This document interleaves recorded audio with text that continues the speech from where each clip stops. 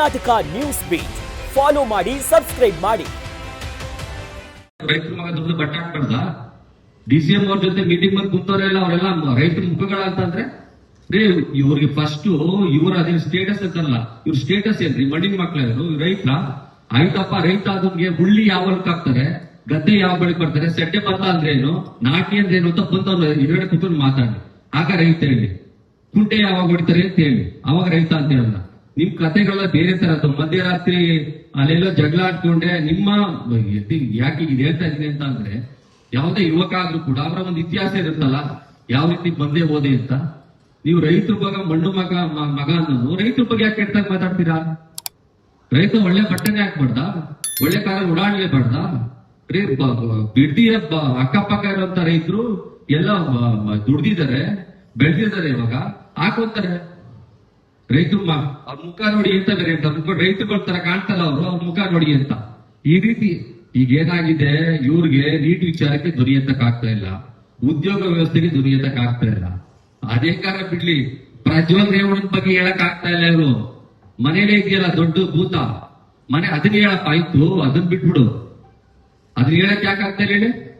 ಅಣ್ಣಂಗ್ ಒಳ್ಳೆ ಖುಷಿಯಾಗಿದೆ, ರಾಜ್ಯದಲ್ಲಿ ಪ್ರಾದೇಶಿಕ ಪಕ್ಷ ಒಂದೇ ಇರೋದು, ನಾನು ಒಬ್ಬನೇ. ಈಗ ಹೆಂಗೋ ಪ್ರಜ್ವಲ್ ರೇವಣ್ಣ ಬಾರಿ ಹೆಸರು ಮಾಡ್ಬಿಟ್ಟಿದ್ದ, ಅಲ್ಲಿ ಏನೋ ತಪ್ಪು ಮಾಡಿ ಹೊಳಿಕ್ ಹೋಗ್ಬಿಟ್ಟಿದ್ದಾನೆ. ಈಗ ನಂದೇ ರಾಜ್ಯ, ನಮ್ಮ ಅಪ್ಪಂದೇ ಎಲ್ಲ.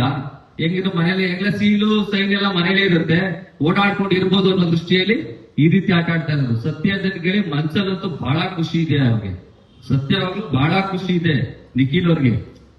ಖುಷಿ ಇಲ್ಲ ಅಂದ್ರೆ ತಪ್ಪು ಅಂತ ಹೇಳ್ಬೇಕಿತ್ತು. ಮುಂಚೆ ಹಾಸನಕ್ಕೆ ಹೋಗ್ತಾ ಇರಲಿಲ್ಲ, ಇವಾಗ ಹಾಸನಕ್ಕೆ ಹೆಂಗ್ ಬೇಕಾದ್ರೂ ಹೋಗ್ಬೋದು, ಫ್ರೀ ಬರ್ಡ್ ಇವಾಗ, ತೊಂದರೆ ಇದ್ದಂಗೆ.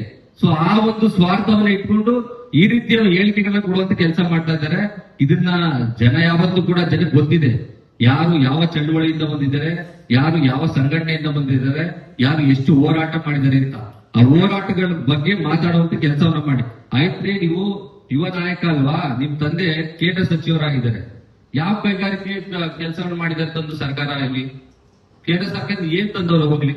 ಒಂದನೇ ಯಾವ್ದಾರ ಇಂತ ಕೆಲಸ ಮಾಡಿದ್ದಾರೆ ಅಂತ ನೀವು ಬೇರೆ ವಿಚಾರ ಮಾತಾಡೋದು, ಪ್ರೆಸ್ ಮೀಟ್ ಮಾಡೋದು, ಅದನ್ನ ಬಿಟ್ರೆ ಇವ್ರು ಆಗಿದ್ದು ತಂದಿದ್ದು ಯಾವ್ದಾರು ಒಂದಾದ್ರೂ ಉದಾಹರಣೆ ಇದೆಯಾ? ಅದನ್ನ ಹೇಳಕ್ ಆಗತ್ತ? ಅವರು ನಮ್ ತಂದೆ ಆಗಿದ್ರು ಕುಮಾರಸ್ವಾಮಿ ಅವರು ಇಂತ ಒಂದು ಕಾರ್ಯವನ್ನ ಮಾಡಿದ್ದಾರೆ, ಸೆಂಟ್ರಲ್ ಗೌರ್ಮೆಂಟ್ ಇಂದ ಈ ತರ ಹೊಸ ಕೈಗಾರಿಕೆಯನ್ನು ಇಲ್ಲಿ ತಂದವ್ರು ಅಂತ ಅದನ್ನ ಹೇಳಕ್ ಆಗಲ್ಲ. ಯಾಕೆ? ಏನೂ ಇಲ್ಲ ಅಲ್ಲಿ, ಜೀರೋ. ಸುಳ್ಳನ್ನ ಹೇಳ್ಕೊಂಡು ಮಾಧ್ಯಮದ ಮುಂದೆ ಬೇರೆ ರೀತಿ ಫಿಲಂ ರೀತಿ ನಿಮ್ಗೆ ಇದು ಹೇಳಿದ್ರೆ ನಗು ಬರುತ್ತೆ. ಅಣ್ಣನ್ಗಿನ್ನ ಗೊತ್ತಿಲ್ಲ, ಆ ಬಿಡದಿ ಕೈಗಾರಿಕಾ ಸಂಸ್ಥೆಯ ಸ್ಟೋರಿ ರೈಟ್ರು, ಕಥೆಗಾರ ಎಲ್ಲನೇ ಕುಮಾರಸ್ವಾಮಿನೇ. ಫಿಲಂ ಮಾತ್ರ ಕಾಂಗ್ರೆಸ್ ಪಕ್ಷ ತೆಗಿಯಕ್ ಹೋಗ್ತಾ ಇದೆ. ಅಣ್ಣ ಹಳೆ ಹೀರೋ ಆಗಿದ್ನಲ್ಲ, ಅದಕ್ಕೆ ಅನ್ಸತ್ತೆ. ಅಣ್ಣಮ್ಮ ನೀನ್ ಹಳೆ ಹೀರೋ ಆಗಿರ್ಬೋದು, ಫಿಲಂ ನಾವು ತಂದು ಎಲ್ಲಿ ಸಕ್ಸಸ್ ಆಗ್ಬಿಡ್ತು ಅಂತ ಭಯ ಬಂದಿದೆ ನಿನ್ಗೆ, ಅದಕ್ಕೆ ಹೆಂಗ್ ಆಡ್ತಾ ಇದೀಯಾ?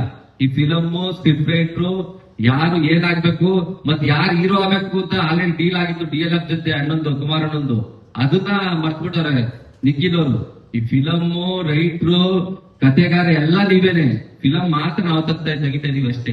ಜೊತೆಗೆ ಆ ಫಿಲಂ ಸೈಡ್ ಏನ್ ಇರ್ಬೇಕು, ಏನ್ ಇರಬಾರ್ದು ಅಂತ ಜನಕ್ಕೆ ಒಳ್ಳೇದಾಗ್ಬೇಕು, ಆ ಬೆಲೆ ಹೆಚ್ಚೇ ಸಿಗ್ಬೇಕು ರೈತರಿಗೆ. ಯಾರು ತೊಂದರೆ ಆಗಿದೆ ಅದ್ರ ಪರ ನಿಂತು ಕುಂತು ಮಾತಾಡುವಂತ ಕೆಲಸವನ್ನು ನೋಡ್ಬೇಕು. ಆ ಕೆಲಸದಲ್ಲಿ ಕಾಂಗ್ರೆಸ್ ಪಕ್ಷ ಇರ್ತಿದೆ.